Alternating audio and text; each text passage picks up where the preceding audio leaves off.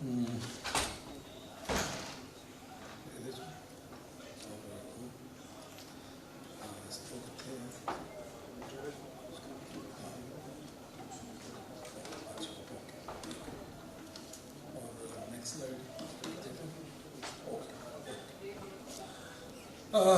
evening. At the outset, thanks to Dr. Vittal for having us all here, and it is great to follow up after my dear friend Bhagwant, whom I am sure everybody knows is himself a very active athlete, exercises a lot, and is an example for all of us in this regard. So, continuing in the vein of lifestyle, in the same line, I'm going to talk about dietary cholesterol and CVD. So, the problem is why we are talking about this is that dietary cholesterol guidelines are not sure what to do about fat.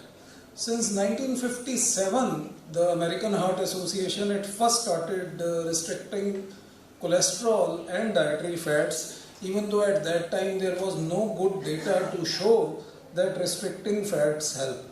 So later on in 1973, a cutoff of 10% of total calories were set for saturated fats, and after that a cutoff of 300 mg was imposed on dietary cholesterol, that you should take only at most 300 mg of dietary cholesterol a day, which meant that consuming eggs became very difficult. One average egg has 188 milligram of cholesterol, so it became very difficult to consume eggs.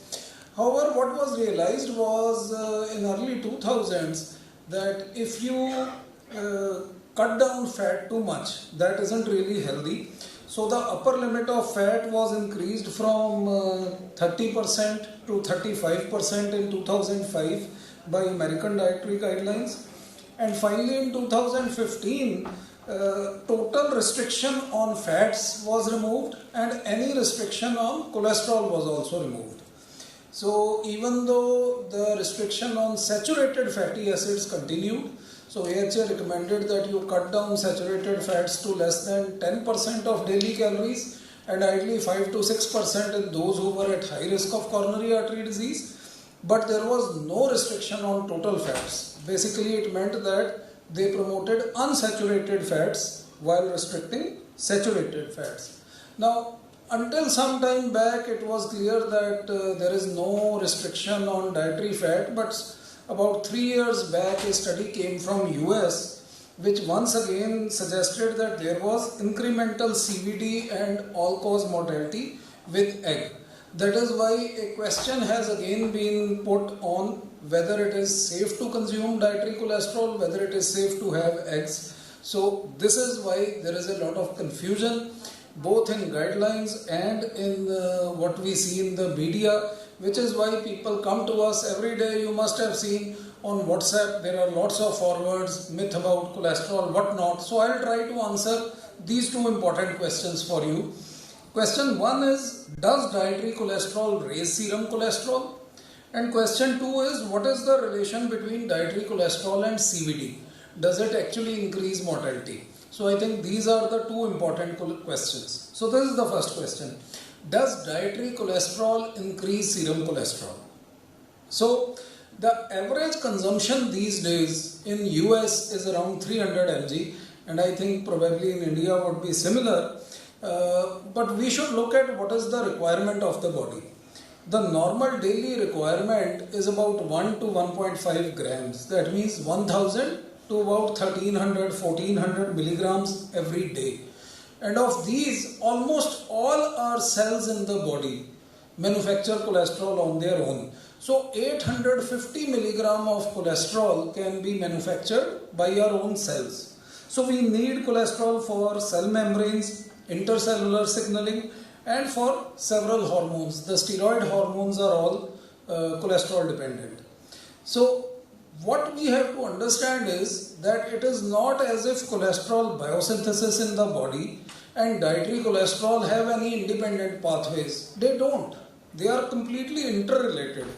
Which is why if we increase the intake of cholesterol with a cholesterol rich food like eggs, it will result in some immediate increase in cholesterol levels, but then they will fall down to near normal levels, what was their baseline over a period of several months.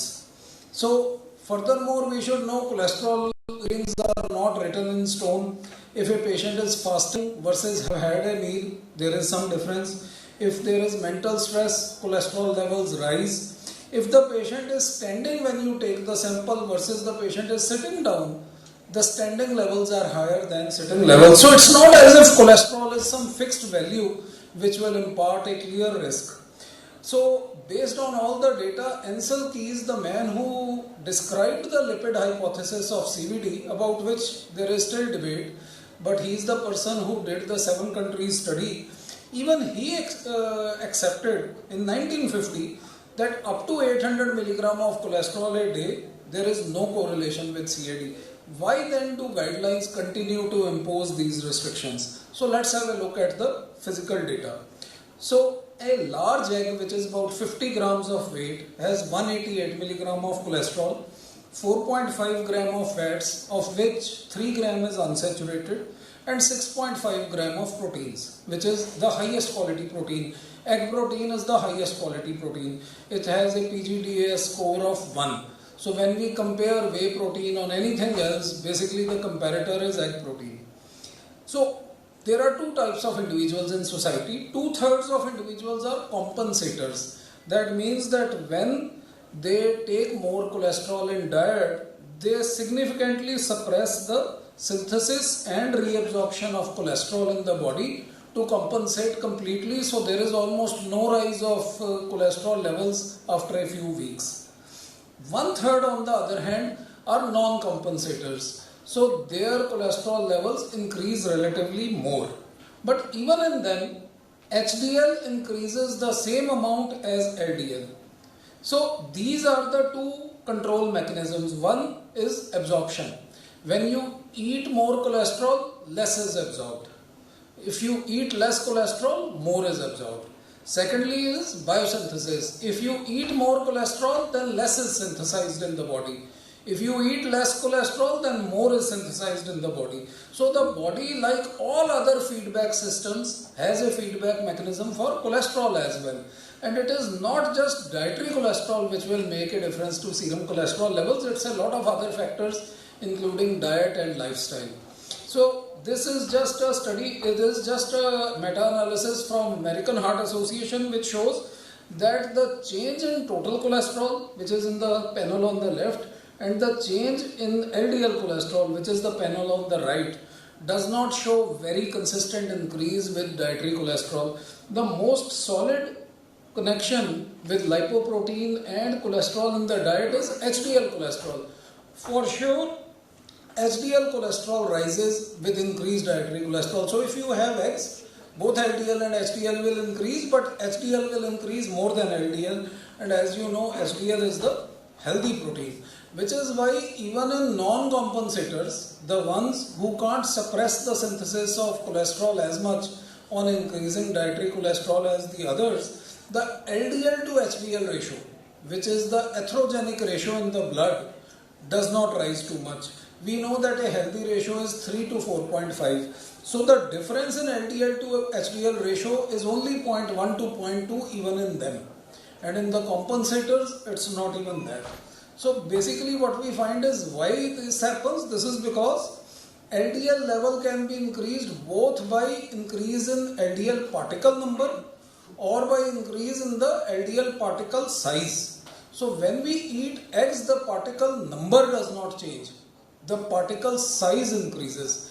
Particle number increases more with sugar. So if we take more sugar, the particle number will increase as a consequence of increased VLDL production. That is more atherogenic. Particle size increase is actually healthier because larger size particles can't penetrate that easily into the endothelium and can't make as many lipid deposits in the coronary arteries. Hence, after seeing all this data, AHA and Dietary Guidelines of America removed the cholesterol restriction in 2015, and therefore in 2015 cholesterol was deemed to be no longer a nutrient of concern. So let's go to the second question. does increase in dietary cholesterol increase the risk of CVD? So here this is the first meta-analysis which came up in 2013, and as you can see they have examined patients with coronary artery disease, they have examined risk of stroke, and they have examined the risk of all CVD. So as you can see there is no difference in egg intake and no egg intake, so no increased risk. This is another large meta-analysis by Muzaffarian in 2015. Again we see the same result, eggs, no evidence of harm. So why is this an issue? What is the problem? The problem is that even though there are so many meta-analyses which have shown that there is no harm with one whole egg a day, there is only some minor increase in the risk of diabetics in individuals who take more than 2 eggs a day, but this is also noticed only in US.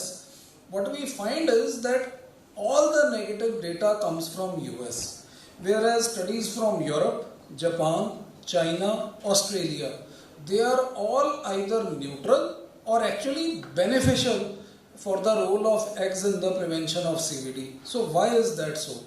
So even though US adults show that if they consume more than 1 egg a day, they have increased CVD, this is probably US people who have eggs are more likely to be sedentary, more likely to smoke, and more likely to consume refined foods which are more unhealthy, and that is why they have this noted increase in CVD. If on the other hand we look at Asian data, this is data from a large Chinese study, this is the biggest study, 5 lakh individuals.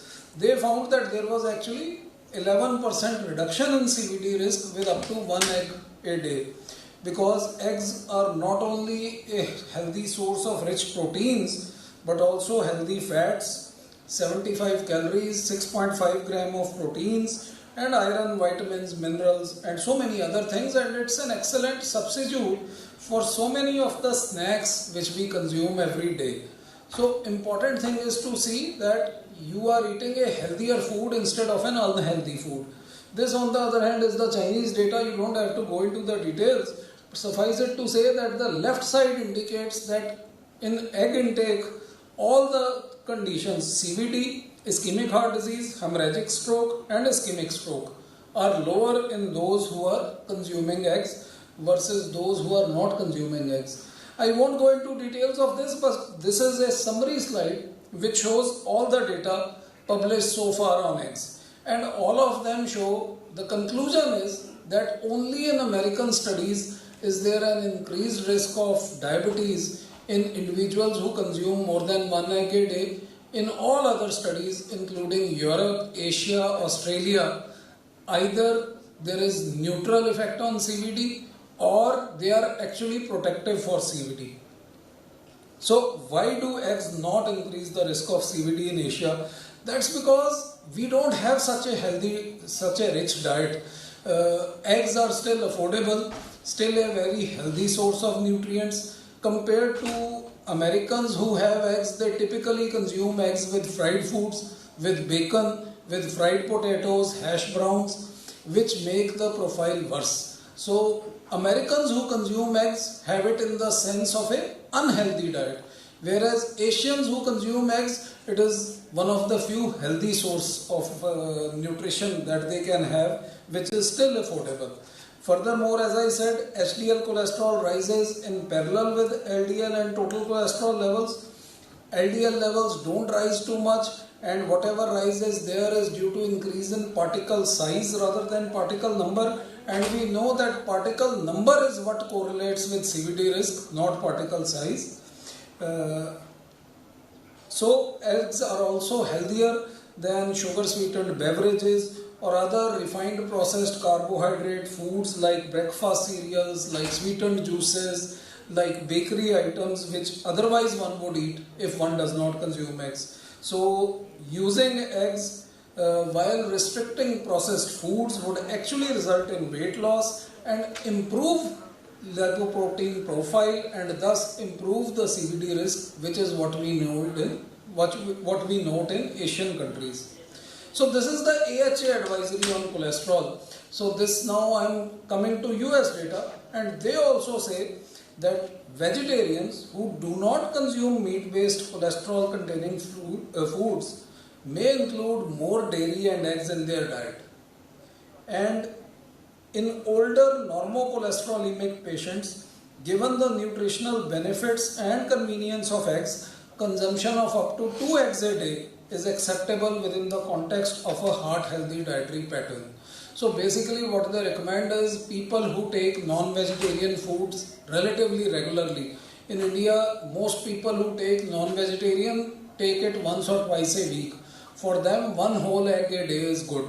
For individuals who don't take non-vegetarian foods, 2 eggs a day. And when I say 2 eggs, I mean 2 whole eggs, including the yolk, is healthy.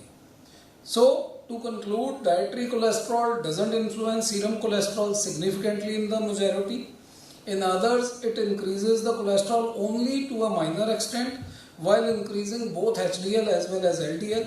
So, dietary cholesterol doesn't seem to influence CVD mortality or total mortality at the current levels of consumption. Thank you. Thank you, Dr. Chopra, for an excellent talk. I kept this talk for 2 purposes. Even if there are lesser delegates, I will share this link of your talk with every group, because this is a controversial subject. Eggs are seen as an unhealthy food. Your talk will enlighten people and encourage people to take healthy as well as economical food. Absolutely. So this is being shared on YouTube also. So lot many people are seeing there. So your message is going through that ਜਿਹੜੀ advertisement ਆਂਦੀ ਹੈ eggs ਵਾਲੀ. So really thankful for clearing doubts and stressing that eggs are healthy diet in a limited amount depending upon your personal profile. Sure. Thank you very much. Thank you. Thank you very much. Thank you, sir. For the next talk, I would like to invite Dr. Deepak Kapila, Director of Cardiology.